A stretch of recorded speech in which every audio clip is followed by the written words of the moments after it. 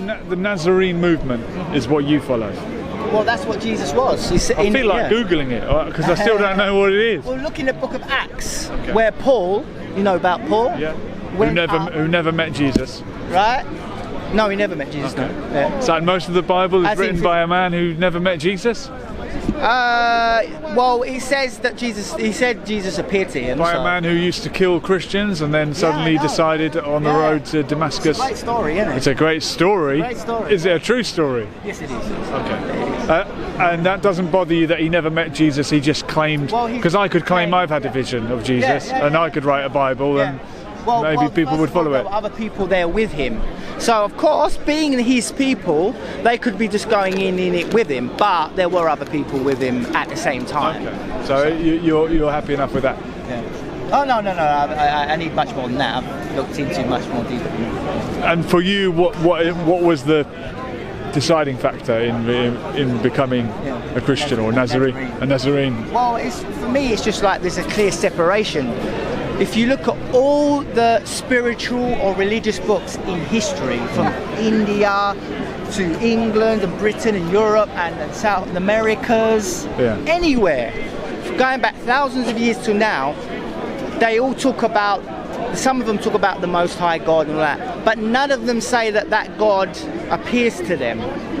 The Bible is only one book with thousands of books on the other side of the line, and just one book that says this God appeared to people physically.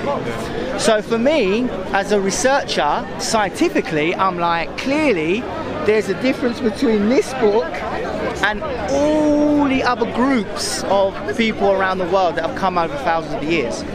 So that's just one step. But do you go to a particular church? Yes, I do. I go to actually a born-again Christian church, which is called Hillsong. Okay, born again. Yeah, Christian. Yeah. Christian. Yeah. And what's it called? Hillsong. Hillsong. Yeah. Okay. It's a big church. So, do all the parishioners there or worshippers call themselves Nazarenes, or is this particular name that you have latched onto, or what is the difference? Christian and Nazarene. Well, I believe in following the Torah, in God's laws. Because in the Quran, the Christians are described as a Nasara. So it's an Arabic word, it's obviously a Hebrew word as well, I would guess. That's exactly what it means, yeah. So that's one of the evidences that we use to say, look, there were still Nazarenes around at that time. Okay. Yeah. Because it is a funny name, Christians.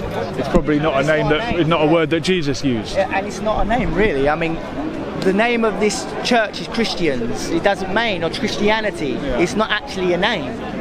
No. In Greek or in Christianity, that's not a name. No. Christianity. Christ is the Greek version of Messiah, being the Hebrew, right? The Greek is like literally Christos. Christos. Yes, okay.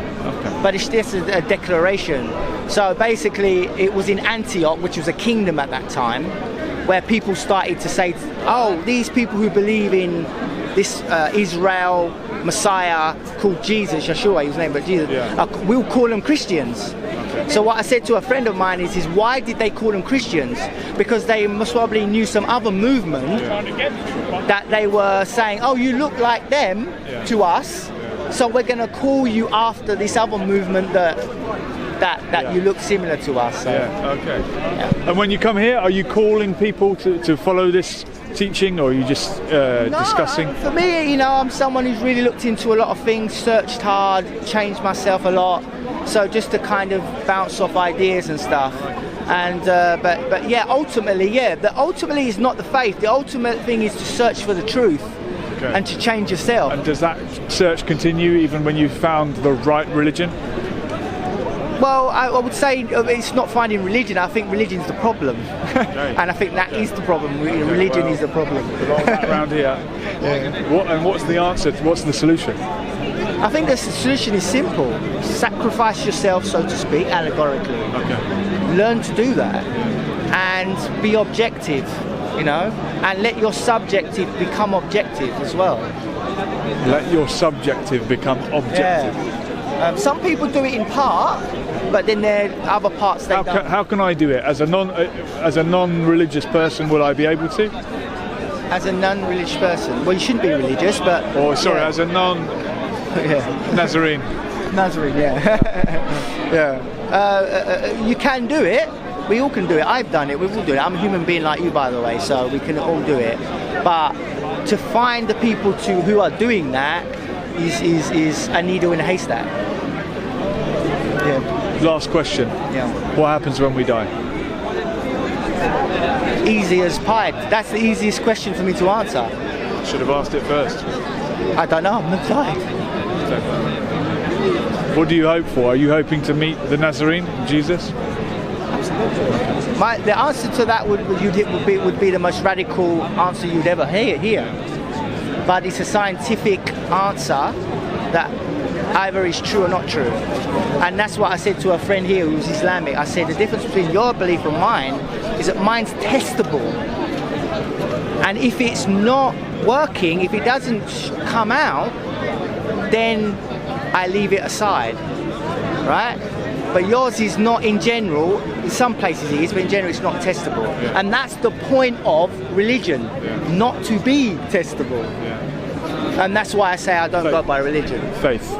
Yeah? It's a faith then, I guess. Yeah, it's a faith, yeah, which is testing, believing something through understanding, logic, wisdom, and then testing it and see, is it actually true? Is it actually a fact? Is it whatever? Fair enough. So thank you for taking the time. I really appreciate it. It's been my pleasure. What's your name again? Julian. Julian. Yeah. Lovely.